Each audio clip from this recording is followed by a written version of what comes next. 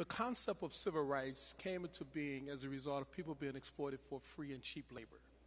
The foundation of the civil rights movement, starting from 1865 to forward, was based on the ability to collectively bargain, the ability to exercise your franchise, your right to vote, but the opportunity of receiving a quality education.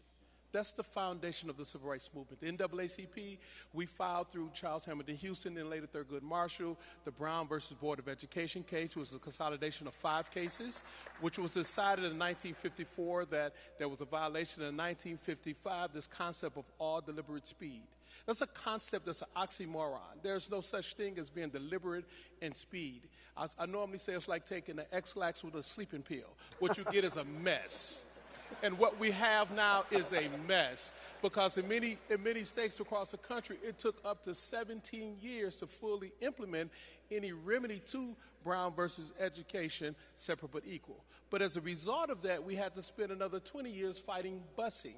Then as a result of that, we've been fighting another 15 years around quality education and privatization.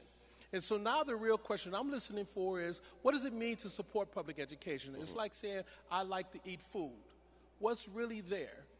For the NAACP, we fought public education systems because they have not treated black and brown children correctly. We fought charter schools because they have not treated black and brown children correctly. The real question is, how do we provide quality education for all children? Because the delivery system can be inequitable in both settings.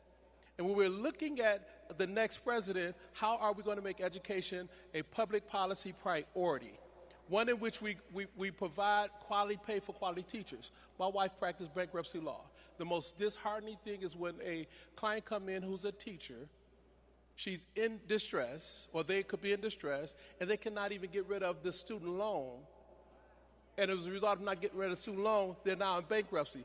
Teaching is no longer a marketable degree.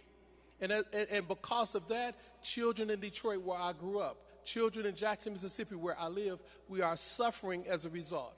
Canada, Finland, Japan, Cuba, all of those nations have made education a priority, and as a result of that, their economies are growing. They are educating young people for a prosperous future, but in the United States, we are going backwards because individuals are seeking to privatize public education or seeking to profit from public education in ways in which children are not in the center of the conversation, but the ancillary conversation is about individuals who are making money. So for the candidates, how are you going to make public education a priority?